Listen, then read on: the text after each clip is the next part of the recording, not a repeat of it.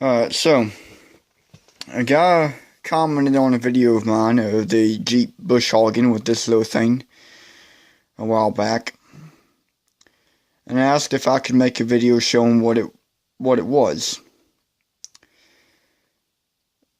I've been distracted. This is not a priority of mine at all. I'm procrastinating at the moment, doing some work on the milling machine for my dad. I don't know why I got that mill. He just requests everything to be made. It happens. So anyhow, as I procrastinate, I will make a video showing what this is. I can lead in the Jeep. It just got a washer for a hook. It's essentially a pintle. And yes, even driving the remote control car that you're not physically sitting in, you can feel the pintle moving around as it bounces around the Jeep. I like pintles. I tow with them regularly with my truck. Unless you have, say, a 2-ton and above truck, you don't need it, and it's not justified. That means you don't like them. These two little forks here would kind of hook and funnel the grass in, because I found otherwise like a strip of grass about yay wide. The tires are off of a Walmart RC car that I probably picked up at Goodwill years ago. I don't really remember where I got that. A 6L nickel metal hydride. Obviously I've changed the plug since I got new batteries. Plugs in here. The auto parts store bullet connectors look great for battery plugs. They're cheap, readily available. Supply plenty of current. On and on and on. I think I got these O'Reilly's. They're weatherproof, and they have built-in heat shrink tubing.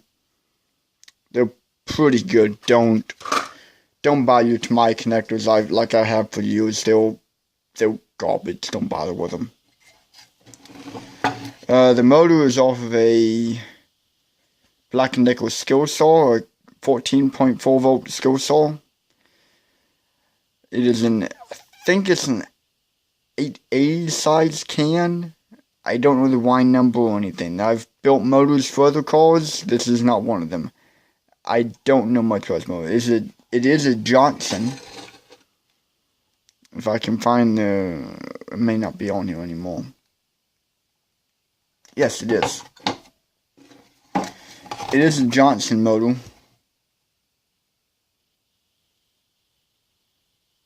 If y'all can read that, it's upside down for y'all, you know.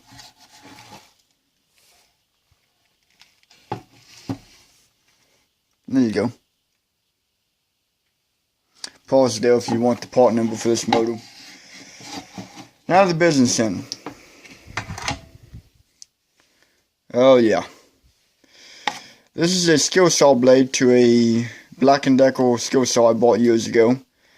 I cut it right there, here, and here with an angle grinder, and twisted it to get lift. I welded it to a pinion that I no longer needed.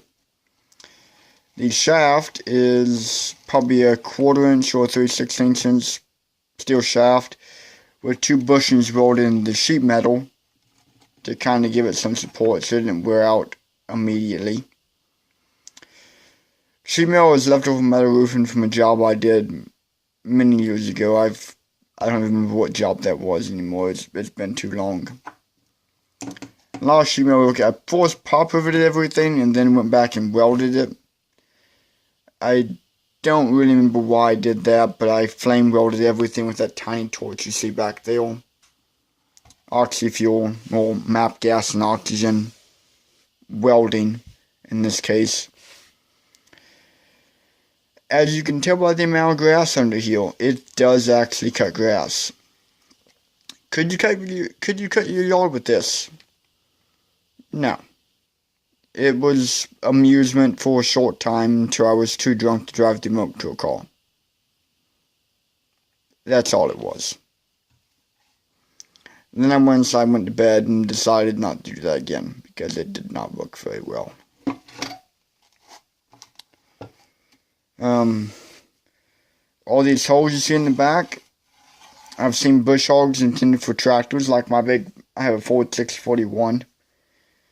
I've seen bush hogs that will intend to have little chains drooping down in the back.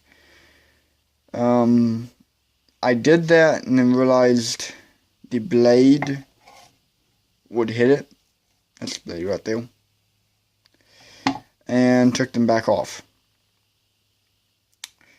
If I'd made this about half an inch longer, I could have had those, but it's kind of uncalled for in the circumstance, and it just ain't necessary. The change would have been there right there. These are tire chains for the Jeep. I think I have no video showing those. You have to look back to my videos to find it.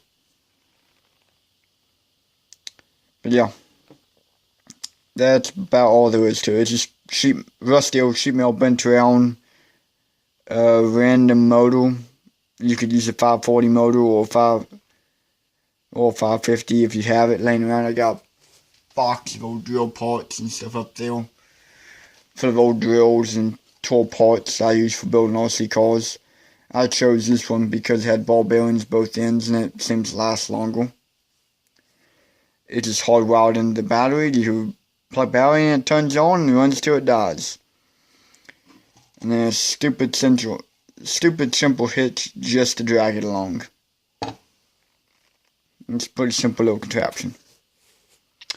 Anyhow, I'll post this and link it to the guy that asked for the video showing how it was built. And y'all have a nice day.